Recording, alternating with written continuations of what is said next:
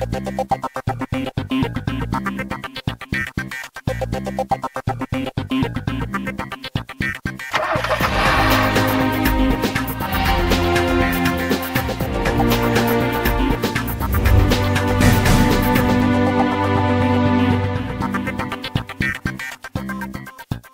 howdy you all. Welcome to a brand new episode of CNB. And if that wasn't a clue enough for you, well, of course, for those of you who didn't get my little clue up front, we are in Texas, just outside of San Antonio, to test drive that little number back there.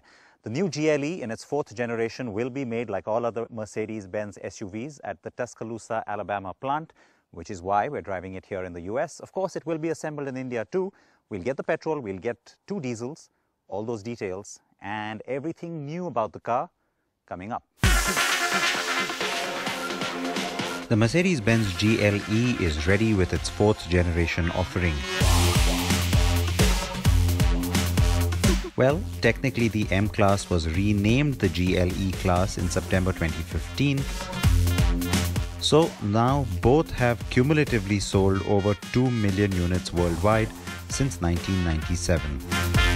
With the new generation, Mercedes-Benz has an altogether more desirable, more exciting, more dynamic and more capable car.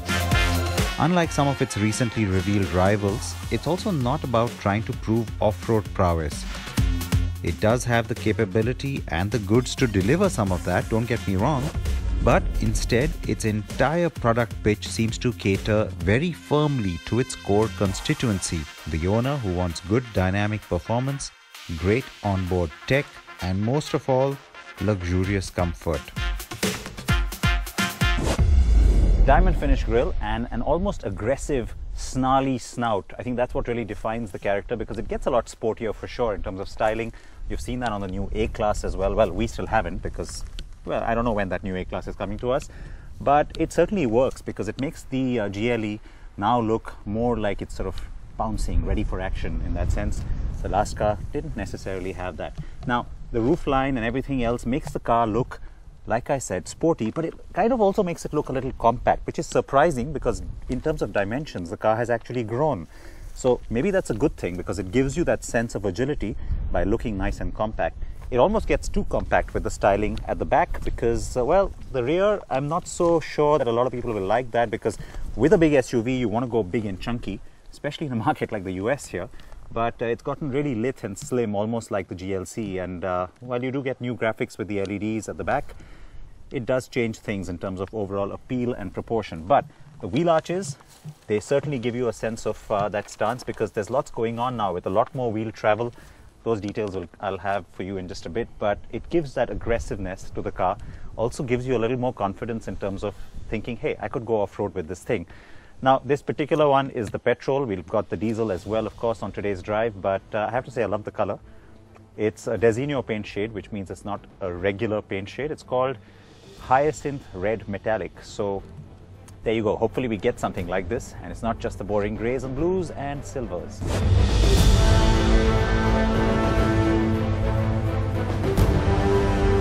The wheels are 18 to 22 inches depending on the spec and option that you choose.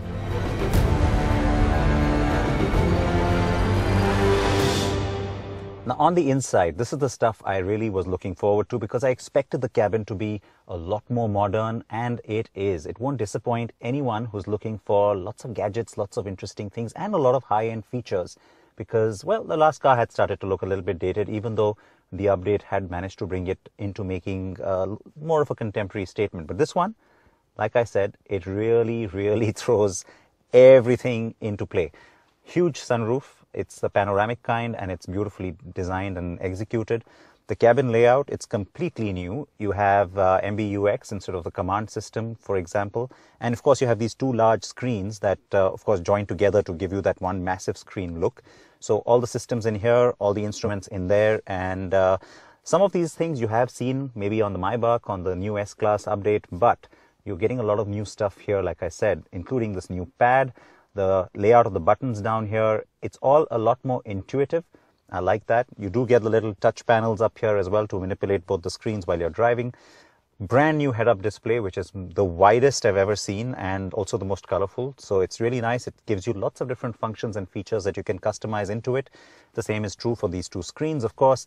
There's the massage function. There's also the whole idea of bringing a certain environment into the car. So again, like the S-Class, you can set different mood themes and that changes the color of the display. It also gives you a different fragrance and also its own theme music if you want it. So lots going on and almost too much to pack into this one show. But I have to say, the thing that really stands out for me, the almost retro look to these 4 AC vents. It's sort of different. It's so cool.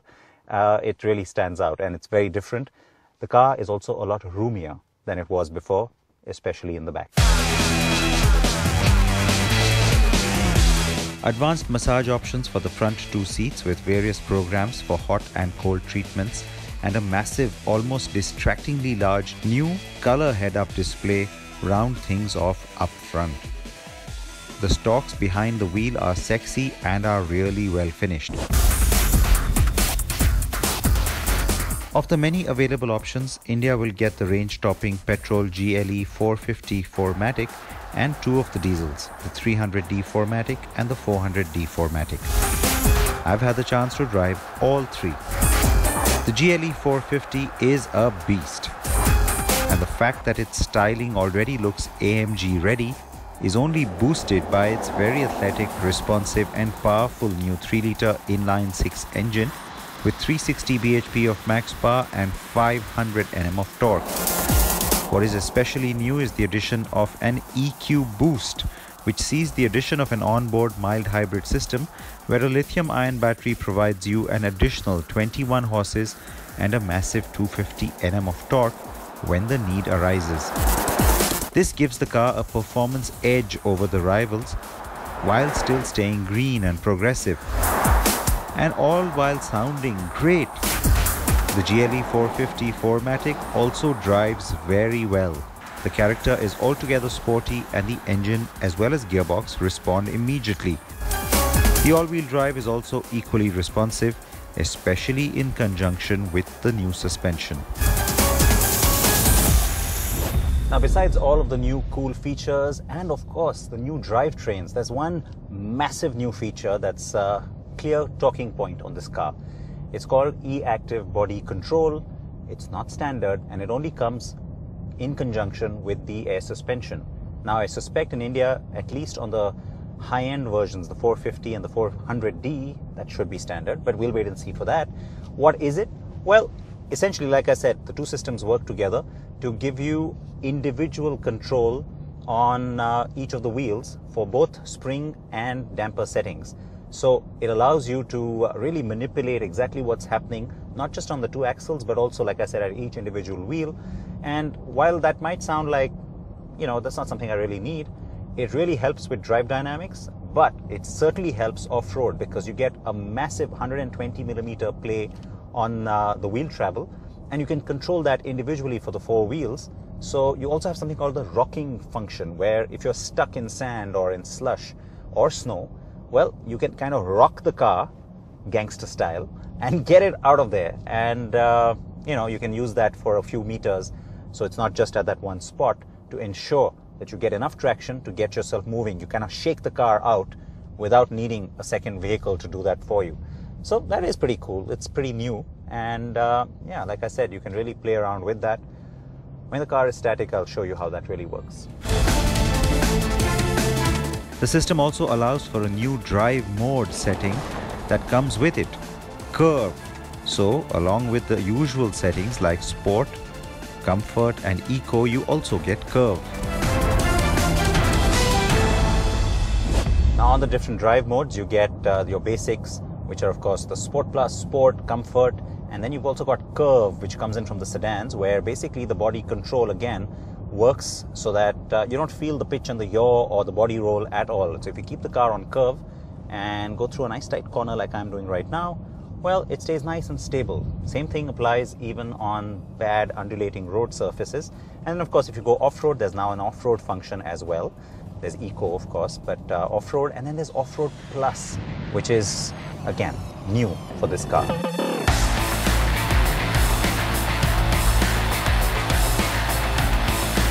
Now, while I like the idea of this whole curve function, and from a comfort perspective, especially for people in the back, it's really great. But, you know, for me, it's a little disconcerting because it's something that you anticipate when you see the road, when you see the kind of turn you're going into, the speed you're at, you expect the car to sort of behave a certain way, but it suddenly feels really different. I guess it's about getting used to. It is pretty cool, but for me, Sport, maybe even Sport Plus. Thank you very much.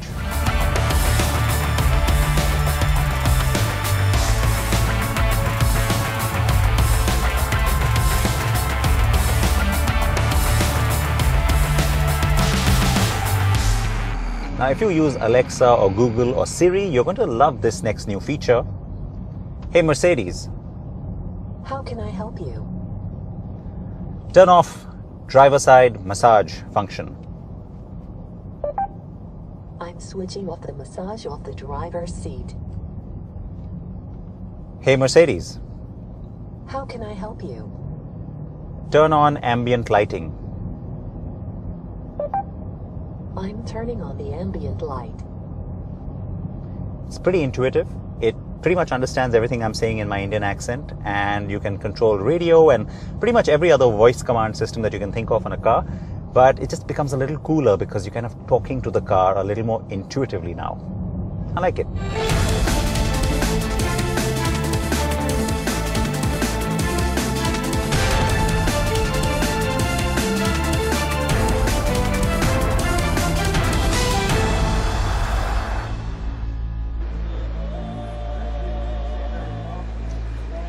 Now, day 2 of my drive with the new Mercedes-Benz GLE. As you can see, I've switched cars up. This is a white one, but that's not all that's different about it.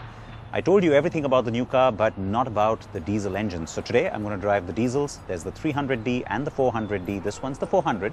And there's something else on this car. It's optional on the GLE. This one's got it. I've got to show you that before I hop in and start driving.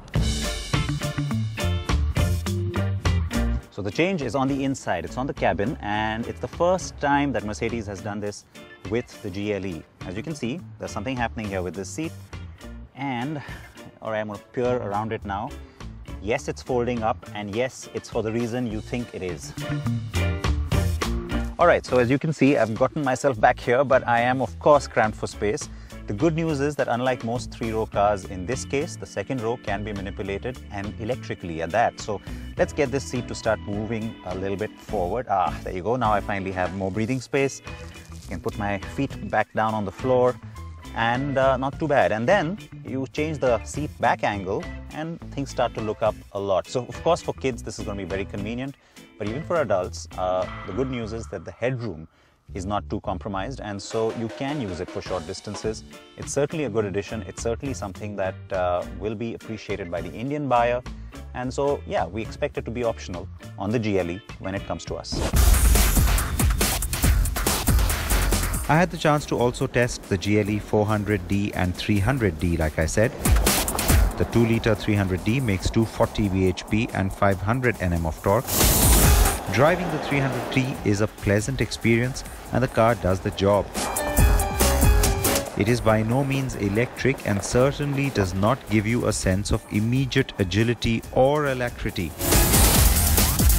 The 400D has a 3-litre engine with 324 bhp and 700 Nm.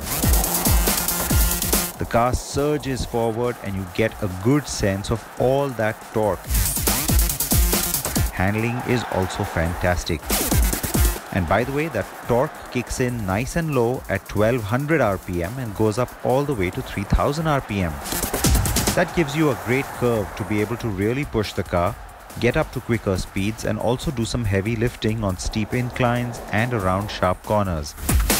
While the 450 petrol is the obvious performer, the 400D is my pick for all its grunt and power. It's also the right blend of sophisticated and smooth with brawny and brave, all while giving you the higher spec interior trim and all the gadgets or creature comforts your greedy little heart desires. Of course, you needn't take my word for which one is best for you, since the good news is that we will have all three.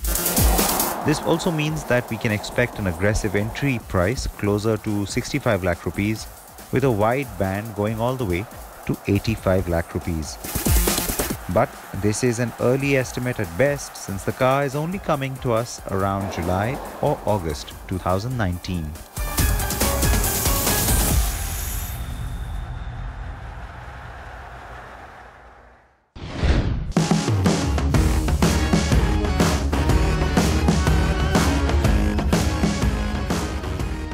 Volvo cars have been getting stylish and attractive of late, and after the stunning S90, the new SC60 sedan is no different.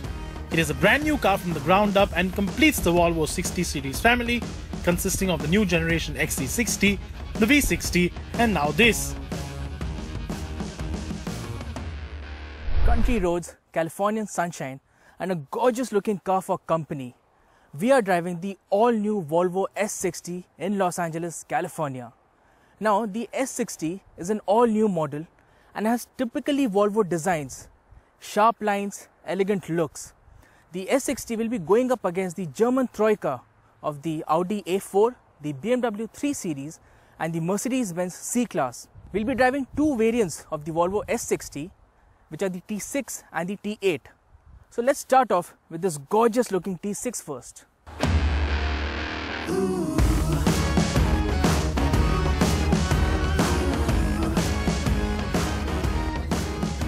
As can be expected, there's an obvious resemblance to the S90.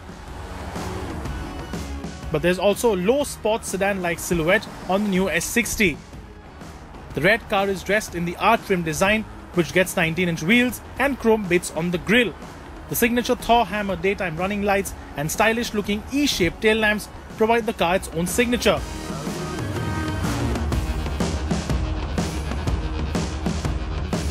The black S60 is the top spec Polestar engineered variant, which looks even racier, with the blacked out grille, gold brake calipers, lightweight 20-inch wheels and the Polestar badges all around.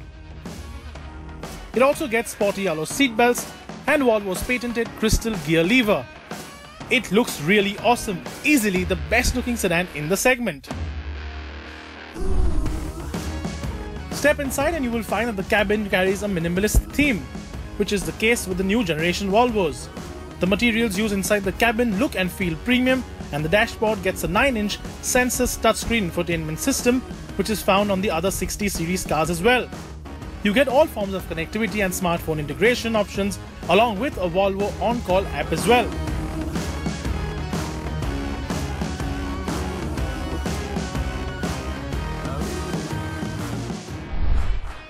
This is the first ever Volvo model that will not have a diesel engine option. We drove the T6 all-wheel drive variant of the car and the T8 Polestar engineered variant. The T6 all-wheel drive gets a 2-litre inline 4-cylinder motor, which is turbocharged and pumps out 310 horsepower at 5700 RPM and 400 Newton meters of torque between 2200 and 5100 RPM. The power is distributed to all 4 wheels via an 8-speed automatic gearbox. The power delivery is linear and the car builds up speed nicely too. To go faster, you can select the dynamic drive mode, which weighs up the steering, throttle inputs are sensed quicker and suspension too firms up for a sporty experience. But if you're looking for an authentic sports sedan experience, you might want to give the S60 Polestar a try.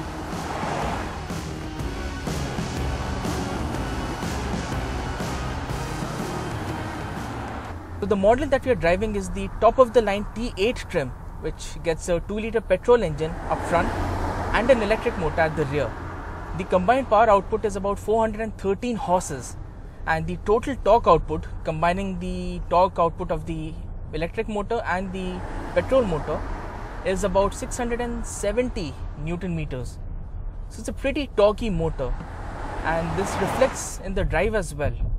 So right from 1800 RPM, you have like this massive surge of torque is spread across the rev range, and you'll never fall short of pulling power. The ride quality is really good. We have driven over some really bumpy roads, and so far the car has held up really well. What really impressed is how the Polestar engineered S60 handles. We took the car on some twisties and found out that it loves to carve up corners. It responds very well to steering inputs and has the right amount of weight as well. Plus, the S60 Polestar also gets better Öhlins suspension, and the electric motor simply nullifies any turbo lag that the normal turbocharged engine might have had. Plus, the grip offered too was pleasantly surprising.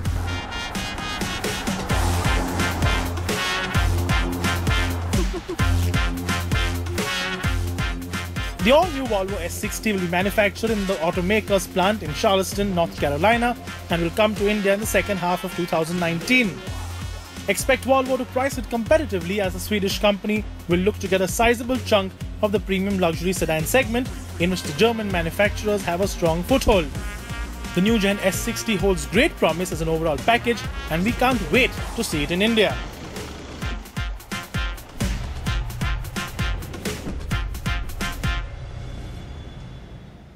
So now you know everything about the new generation of the Mercedes-Benz GLE. Please react to the story, tell us how you like the car, and of course the question you all have, when do we get it? Should be around the middle of next year or just a little bit after that.